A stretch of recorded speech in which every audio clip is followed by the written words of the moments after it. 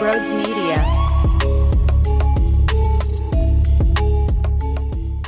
What is going on, everybody? Welcome on into Sports Talk with Broads. It's nice, isn't it? You don't have to worry at all. You're not shitting yourself scared. I'm watching a team already clinched in the number one wild card spot. What the hell is this? Yet Bryce Harper is still fired up like it's Game 7 of a World Series. He gets into Angel Hernandez's face because the guy fucking sucks at his job. And Bryce was so right. There was a 0% chance that he swung on that pitch. It should have been a walk. He nonchalantly starts taking off his gear and starts looking at his protection that he's taking off to go run the first base. And here's the dope, the douchebag Angel Hernandez. Hey, you're dumb. You're dumb. You're not good at your job. Everybody hates you. The entire league thinks you're stupid. Kyle Schwarber threw everything at you last year, and somehow you still have a job. It makes no sense. He pisses me off. The fact that he actually has an output, or his decisions reflects and has results in meaningful games, is a disgrace to human society. What are we doing here? You thought that he was bad alone behind the plate. Put him at third. He's just as terrible. What's he do? If I'm Major League Baseball, I'm going back and watching every highlight package of Angel Hernandez, and really it's the low light package because there's nothing good that he does, and I'm going to break it down. Sucked 5 feet off the plate. Sucked 8 feet off the plate. Sucked wasn't a check swing, or excuse me, it was a check swing. It wasn't a strikeout. You blow. Get out of the office now. I want you away from every ballpark. You should be banned. Can't go as a fan.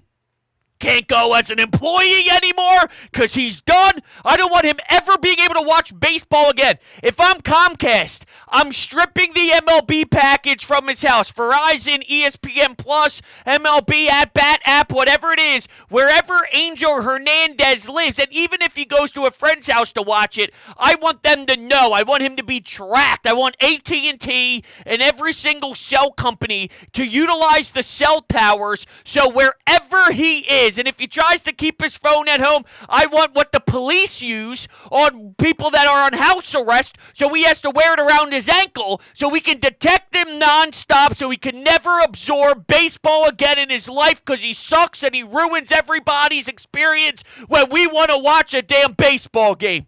I can't stand the guy. I can't stand him. Now, I love watching Bryce. All right, he fires me up like no other, and even Rob going for the trot to get in between both of them. I love that. If you go rewatch the clip, which I've watched about 78 times already just in the last 20 minutes, he's going for the light jog, knowing that CBP is loving every second of it, and he gets in between them, doesn't say anything, lets Bryce use his magic, and then fires his helmet into the stands. What a cool story.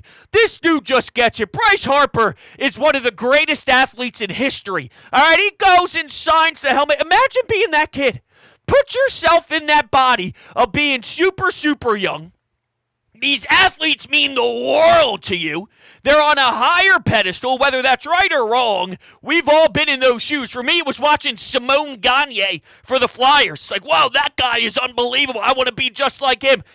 You realize as you get older, they're just people. But when you're that young and Bryce chucks the helmet up and then goes and signs it, dude, I would have fainted.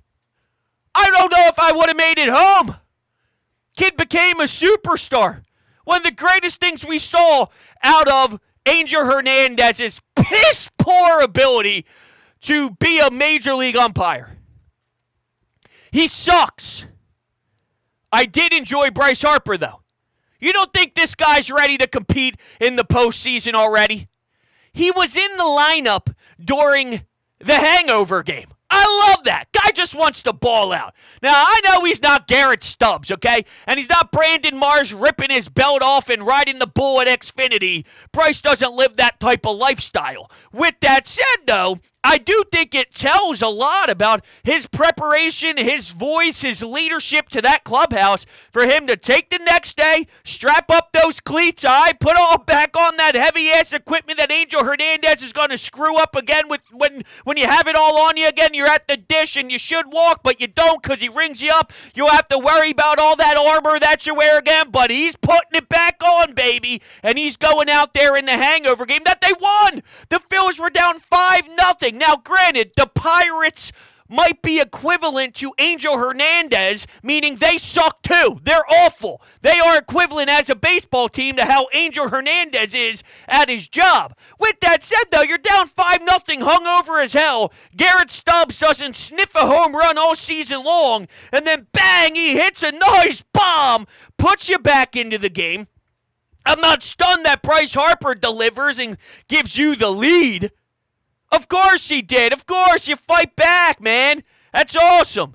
Kirkering, a little different outing. He allows 1 hit and 1 walk, but did get 2 strikeouts. A lot of sliders. Now, the slider for him is the meat and potatoes. I mean, that's his bread and butter. So you're going to see a lot of sliders, but it was a different outing. Nice to handle adversity, though. Young kid, getting the call up. Not an easy one. You're not one of the worst teams in baseball just checking out a prospect. We need you now. We are desperate. Okay, even looking in his direction screams, we don't have a ton of options. So what's it look like when there's a man on? What happens after you allow a hit? What happens when you put somebody on base? The answer so far, nothing, which is incredible. Ranger, 4 2/3, 9 hits, 2 walked batters, and 6 earned runs. Weird to be playing these games. There's no doubt about it. Even watching Zach Wheeler pitch in that final game against Pittsburgh, because it's locked in and you're just waiting now. I don't know how that affects the approach mentally. I don't want to get hurt. I just want to throw a few pitches. I want to keep my body where it needs to be so when we go full throttle, I'm all right. Rob already mentioned that it's Zach Wheeler and Aaron Nola in Game 1 and Game 2, and we'll see what happens in a TBD Game 3, and I'm fascinated to see it all. Sosa hit a home run in that game as well, but good for Garrett Stubbs. It cracks me up. Okay, now, listen to me right now. I'm here for you. You know that. This is a show for the people. I am a man of the people. What I need you to do right now is make sure that you are locked in to some Phillies wild card action, because there's a lot that you can make money-wise when utilizing my bookie. Okay, so make your money work smarter, not harder with MyBookie. As a bettor, you demand perfection, and MyBookie delivers. NFL and college football this weekend as well. I love the Eagles. I actually like the under as well. I think you're going to see the Eagles milk the clock and run the football, utilize their offensive line. So because of that, I like the under. I don't see how Howell will score a ton of points for this garbage Washington Commanders team. So get your bets in right now on MyBookie, and you could join the MyBookie family for an entire season filled with daily odds boosts, same-game parlays, and super contests. This season, MyBookie has a no-strings-attached cash bonus that lets you deposit and withdraw quickly. Using promo code BROADS on a deposit of $50 or more, you can receive up to $200 in cash instantly to your MyBookie account. So bet your deposit amount once and you're ready to withdraw at any time. Again, that's promo code BROADS to claim your cash deposit bonus. You can bet anything, anytime, anywhere, only with MyBookie. There is a link down below in the description. I'm telling you right now, do not wait any longer. You have to go do it now and check it all out. Get your bets in for the Philadelphia Eagles on Sunday. Start previewing and locking in some of your bets for the wild card once we see how it all plays out. The Braves, they learned, I'll use air quotes here, they learned from last season, and they're going to put together simulation games because they don't want to sit back and relax too much and get dry and get stale. I hate to break it to you, that ain't going to be the difference in a series against the Phillies. We're ready. South Philadelphia's ready.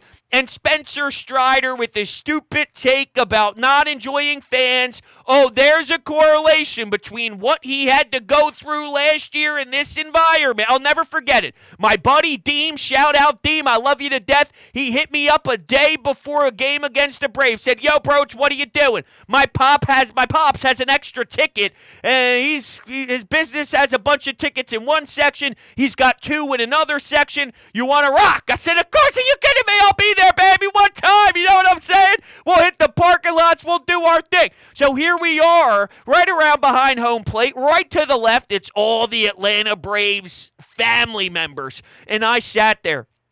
And I watched them cry. I watched them get sad. I watched them realize in a slow death, basically, baseball death, their season being over death. I watched them lose that faith. JT with it inside the Parker. It was amazing. They didn't remember, or excuse me, they didn't forget that. Okay, they remember it, but they're scared of it too. They're scared of it. So now they're trying all sorts of things. You smell that? It smells like desperation. It's what it smells like to me. All right, it smells like desperation. And then I don't know what wild card opponent we'll see. I don't know where the Diamondbacks are going to fall with possibly setting up their rotation. I don't care. We got to set up ours. All right? Now, look, the Diamondbacks, Zach Gallen, there's some names there. Whatever. You have to come here. You have to play here. The Phillies are great. So I don't care. Write in whoever they have to see first round. I don't care. Because Kyle Schwarber, do you see what he did against the Pirates? I'll remind you. There's something in this sport called a leadoff home run. That's when you bat number 1 in the batting order, and then you hit a home run for your first at-bat to put you up 1-0. He did that again. I just want to make that clear in case some of you hit the eject button over the last 2 nights. And it was strange. I'm not used to this. I'm not used to 3-4 games left in the season. You're good. You already have it solidified. Since when? Since when do we have that shit solidified? It's amazing. It's a weird viewing experience, though. We're lackadaisical. I don't do well with lackadaisical baseball. That's pretty common here. I need the on edge. I need the high highs and the low lows because that's all I know in my life. It's weird. I love it. I just have to get more comfortable with it. It's out of my zone, okay? We're not normally here. All right, what happened in that game, too? Schwarber, leadoff jack, of course. Lorenzen, 3 hits and a walk batter and 2 innings pitched. Strom, 3 hits, 2 earned runs in his 1 inning pitched. I don't know, though. Like I said, it's hard to judge these outings with the mentality because you can pretend all you want that it still matters, and just as a competition thing, you're out on the mound, you want to win your one-on-one matchups with whoever's standing in the box. That's all great and dandy, but at the end of the day, there's truth to knowing you're good. And if you naturally just take a step back, I can't imagine you being fully wired the same way. Okay, think about the game they won after the hangover game.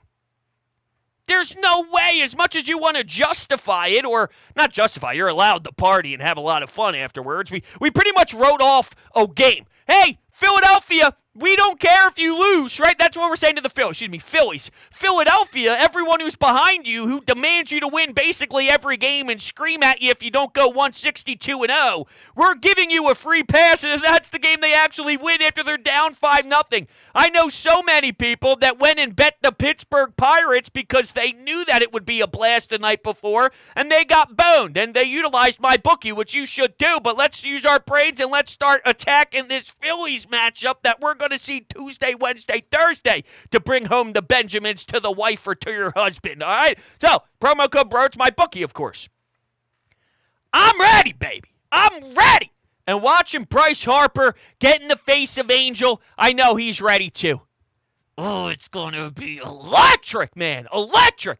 There is nothing better, and there's nothing better than the Anytime Hotline. You guys make this super fun. Let's go to the phones and hear from you, how you're feeling. Now that the Phils are where they are, let's run it. What's happening, bros? Listen, I have been a fan of the Phillies since 2007.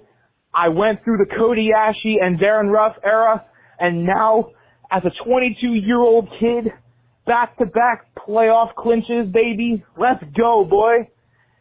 Let's go, man. I'm so happy. I'm so happy, man. I love this team. I love the city. And let's go, Phillies. It's the fucking Fightins, baby. Peace out. See you in the city later. It is your fighting Phils. It's funny hearing '07 though, no? Because most of the time, and it's a joke that I love hearing, for some reason, I always tie this with Yankees baseball, and I've said this plenty of times, but I do like to listen to the Michael Kay show. He's the voice of the Yankees, and I like to get outside of the market once in a while for a clean, fresh listen, just as a fan of sports talk radio. And if I listen to stuff here, it's work-related always, so it's different for me. But I love hearing, oh, Michael, I've been a Yankees fan since 1942, right? Hey, you've been a Yankees fan for 87 years. Hey, Michael, I've been a Yankees fan for 72 years. Since 1938, I've been watching the Yankees, Michael. It's funny hearing, hey, I've been a fan since '07. There's nothing wrong with that, okay? '07, I talk about it all the time. The people in my age range were spoiled. Now, I was born in 95, but, I don't remember the 98 team, the 99 team, the 2000 team. When I'm 5 years old, what I remember most is the run that started in basically '07 and took us through 2012, and then every single year we started to get worse and worse and worse, and it was tragic. But that's all we know, okay? And now it is cool to see a team that understands we will consistently be in there. We will be fighting in the postseason. That is not the norm in Phillies land. We could sprinkle in doses here and there. There's a reason why we love Crucky. That 93 team meant something, all right? The way they went about their business, very unique. They had a very interesting cast of characters, but it's just sprinkled in here and there electric Phillies baseball. We don't get it enough. We now have a core, and the core is in that 30 range. A lot of these guys, it's the now mode, okay? And then you also have some youth that help inspire too. Stott and Bohm only knocks in runs. The guy is ready to put runs on the board, and Stott with 2 strikes is a magician, and he can hit lefties, he can hit righties. You got a nice mix of it all. Unbelievable. It's unbelievable. So embrace it. Let it be known that it's incredible to see this team do it again, back-to-back years, not something we're accustomed to. And it's just fucking awesome, man. It's so awesome. I love them. I love this group. They never make it easy, all right? But now in back-to-back years, I think, and I don't want to go too far ahead into what does this mean for next year, but last year was so rare and bizarre and absurd on how they did it. You had to do it differently. Then they start out awful, but then they go on another journey that's crazy because they sucked and they were not good and they dug themselves in a huge hole. Now it's 2 years in a row of digging themselves in a huge hole. Now they're on track to win 90 games, all right, finish over 500, win 90 games, and make a statement as a top wild card team. And eventually I want them to take down the Braves and be more of a division winner and get the luxury of relaxing some of their starters in a 3-game set at home and, rest up and wait and see who fights each other to the death and then take whatever's left of the team that did win and pound them into the dirt. That's the next step. Not looking too far ahead, but looking far ahead.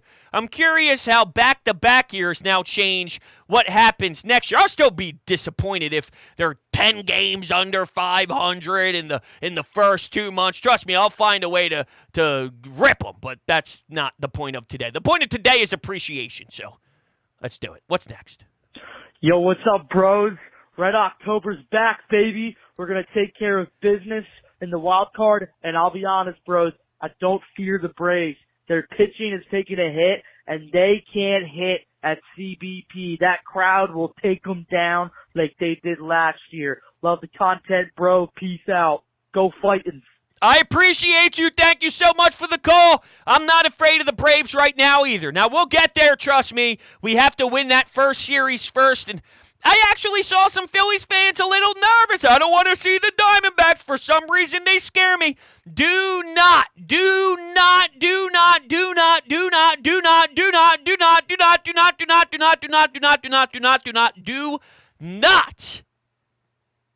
disrespect this Phillies team. And it's not about showing respect to the opposition. That's not what you're doing. You're disrespecting this Phillies team.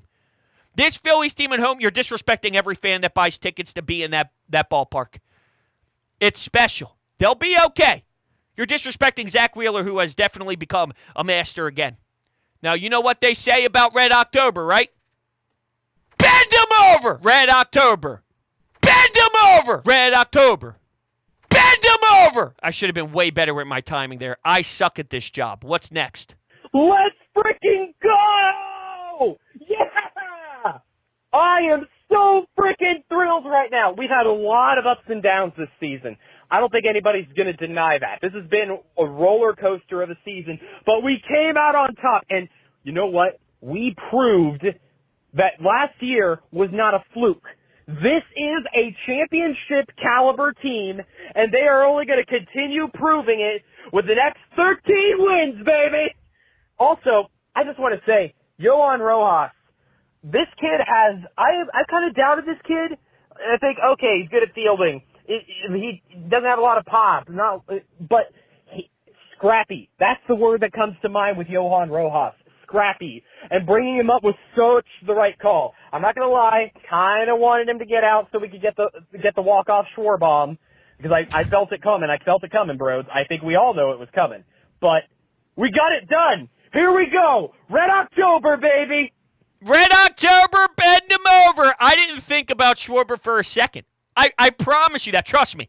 If I had an opportunity to discuss how much I'd rather see Kyle Schwarber, I would take it. I didn't think about it at all. For some reason, my mind never even went there. I just thought about Rojas in that moment, which is good for him. And you're right. The same time that he got brought up, or at the time, I thought the same thing. Just could be a good defensive glove in the center field position. Then he started making reads off the bat that really surprised me. And I'm like, hey, he's even better than just a good center fielder. There's greatness involved there. Currently, as we speak, he's hitting. Does that say what I think it says? Does that say what I think it says? Let me read it for you. 298, baby. 298 in 141 at-bats. For Johan Rojas. That's crazy. That's crazy. Sniffing 300. That's remarkable stuff. It really is. Do we want to dive deeper? What did I hit? Oh, no, I don't want to see anybody else's stats. I'm here to see one guy's stats and one guy's stats only. And that's Johan Rojas, born in 2000. That scares me. 23 years old. Jesus. It's getting a little crazy. Against left-handers. Hitting .310 against right-handers. Hitting .289 with both of his home runs coming off of a righty. He's got a triple in there too. 15 RBI against righties. He's got 14 stolen bags, which according to my calculations, he's fast. Johan Rojas. Dave Dombrowski just knows what he's doing, huh? 99.9% of the buttons pushed is fantastic by the leader, Dave Dombrowski. We'll take one more call here and then wrap things up. We'll go to Nolan. What's up, Nolan? What's going on, bros? The Phillies are back in the postseason, baby. Let's go! Oh, man, it feels so good to be back. I'm leaving the ballpark right now. Oh, my God. I so excited that I got to witness that in person. Johan fucking Rojas. Let's fucking go. Oh my God, man. I am so excited for Red October to return. I am so hyped for the electricity, and I cannot wait to get this whole thing started next week. I fucking love you, man. Let's go, Phillies! We're back, baby. Let's go! I love you too, Nolan. That hit, man. I'll tell you what. I didn't expect you to say you love me. I thought you were going to say I love the Phillies. I love this team. I love Bryce Harper. That hit. That hit. That hit. That hit. I love you too, man. I love all of you. I appreciate every single one of you that have listened to the show. You guys mean the world. I love you. Go Phils! I almost said go Birds. Go Birds too, but go Phils! I don't know where to end. How to end. I don't know how to talk. I don't know how to do anything. I love you guys. Talk to you soon.